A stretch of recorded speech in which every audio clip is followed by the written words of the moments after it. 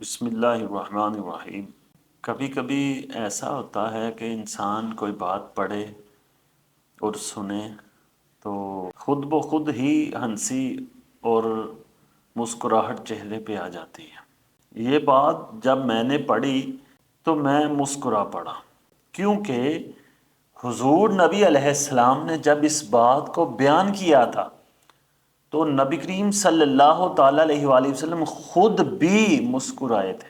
حضرت ابو ذر غفاری رضی اللہ تعالیٰ عنہ سے روایت ہے، نبی کریم صلی اللہ تعالیٰ علیہ وآلہ وسلم نے فرمایا کہ جو شخص سب سے پہلے جنت میں جائے گا میں اس کو جانتا ہوں، اور جو آخر میں جنت میں جائے گا میں اس کو بھی جانتا ہوں، اور آخری شخص وہ ہوگا جس کو جہنم سے نکالا جائے گا، اور جہنم سے آخری نکلنے والا شخص وہ ہوگا، اور اس کو اللہ کی بارگاہ میں پیش کیا جائے گا۔ اللہ کی بارگاہ میں پیش ہونے کے بعد اس کے چھوٹے چھوٹے گناہ اس پر پیش کیے جائیں گے۔ چھوٹے چھوٹے گناہ تو اس پر پیش کیے جا رہے تھے، حضور نے فرمایا کہ بڑے بڑے گناہ بھی اس پر اٹھایا رکھے جائیں گے کہ وہ انکار کرتا ہے یا اقرار کرتا ہے۔ لیکن اچانک ایک آواز آتی ہے کہ اے بندے، تیرے ایک گناہ کے بدلے تجھے ایک نیکی ملنی ہے۔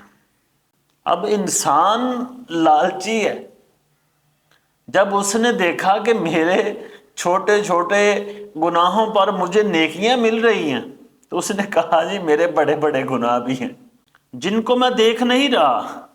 تو حضرت ابو ذر غفاری فرماتے ہیں کہ نبی کریم صلی اللہ تعالیٰ علیہ وآلہ وسلم اس گناہ گار کی بات سنا کر اتنا مسکرائے کہ آپ کی داڑھیں نظر آ گئی۔ نبی علیہ السلام مسکراتے تھے اور زور سے ہنستے نہیں تھے۔ یہ حدیث ان لمحات میں سے ہے جن کو حضور نے بیان کرتے ہوئے یا سنتے ہوئے ہنسا، ان میں سے یہ ایک ہے۔ کتنی خوبصورت بات ہے کہ اللہ تعالیٰ ایک گناہ گار کو بخش رہا ہے اور وہ اپنی نیکیوں، اس کے گناہوں کے بدلے اس کو نیکیاں مل رہی ہیں، لیکن وہ کہہ رہا ہے کہ میرے بڑے بڑے گناہ بھی ہیں، مجھے یعنی کیا مطلب، مجھے ان کے بدلے بھی نیکیاں ملیں تاکہ میری نیکیاں زیادہ ہو جائیں۔ جب اتنا لالچ نیکیوں کا اس وقت انسان رکھے گا تو آج ہی کیوں نہ رکھ لے، اچھے کام آج ہی نہ کر لے۔